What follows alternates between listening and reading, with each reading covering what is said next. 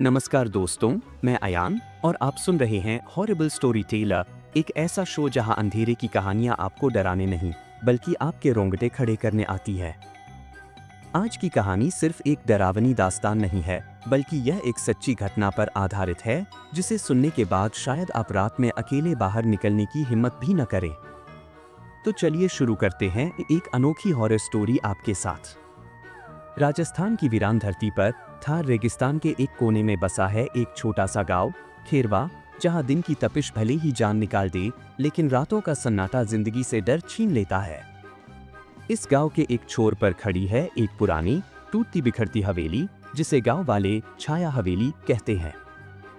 कहते हैं कि ये हवेली दिन में जितनी शांत दिखती है, रात में उतनी ही भयानक हो जाती है, क्योंकि यहाँ हर कोने में कोई न कोई परछाई घूमा करती है, जिसका कोई चेहरा नहीं, कोई आवाज नहीं, बस एक डर जो सांसों से उतरकर रूह तक चला जाता है। 1993 की सर्दियों में जयपुर के एक नवविवाहित जोड़े अजय और मीनाक्षी ने इस हवेली को कुछ महीनों के लिए किराए पर लिया। अजय एक लेखक था जो शहर के शोर से दूर शांति में अपनी किताब पूरी करना चाहता था, और मीनाक्षी उसकी सबसे बड़ी प्रेरणा थी। गांव में जब उन्होंने हवेली के बारे में सुना तो लोग चुप हो गए।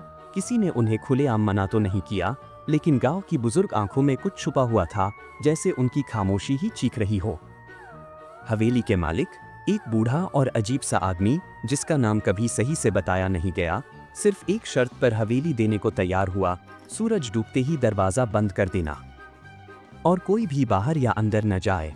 अजय ने हंसते हुए इसे गांव की अंधविश्वासी सोच कहकर टाल दिया। पहले कुछ दिन काफी अच्छे थे। हवेली बड़ी थी, कमरे ऊंचे थे और पुरानी लकड़ी की खुशबू हर कोने में बसी थी, जो अजय के लेखन को एक अलग ही गहराई दे रही थी। लेकिन तीसरी रात से सब बदलने लगा। मीनाक्षी को खिड़की के बाहर एक चेहरा दिखा, एक अधूरी परछाई, बिना आंखों के, लेकिन उसमें इतनी नफरत थी कि उसने मीनाक्षी की नींदें छीन ली। अगली सुबह रसोई की दीवार पर कोयले से लिखा था, वो मुझे वापस चाहिए। अजय ने माना कि किसी बच्चे की शरारत होगी, लेकिन मीनाक्षी अब हर रात बिस्तर से उठकर किसी अदृश्य व्यक्ति से बात करती नजर आती। एक रात जब अजय नींद में था, उसे अपने कमरे में किसी और की सांसों की आवाज सुनाई दी, जैसे कोई तीसरा शख्स उनके बीच लेटा हो। उसकी आंख खुली तो कमरे की घड़ी उल्टी दिशा में चल रही थी और उसकी सुइयां एक एक कर गिर रही थीं, जैसे वक्त खुद वहां से भाग रहा हो। अगली रात मीनाक्षी ने कहा कि वो सीढ़ियों से नीचे जा रही थी, लेकिन किसी ने उसे पीछे से धक्का दिया। जब अजय ने सीढ़ियों पर खून देखा तो उसके पैरों तले जमीन खिसक गई। गांव के कुछ लोगों को बुलाया, लेकिन तब तक खून का कोई निशान नहीं था। उसी रात हवेली की छत पर किसी के बांसुरी बजाने की आवाज आई, लेकिन जब अजय छत पर गया तो वहां सिर्फ एक पुराना पिंजरा रखा था, जिसमें जले हुए बाल और हड्डियां थीं। अब गांव वालों ने चुप्पी तोड़ी। उन्होंने बताया कि ये हवेली कभी एक तांत्रिक की थी, जो मरने के बाद आत्माओं को बंद कर उनसे शक्तियां हासिल करता था।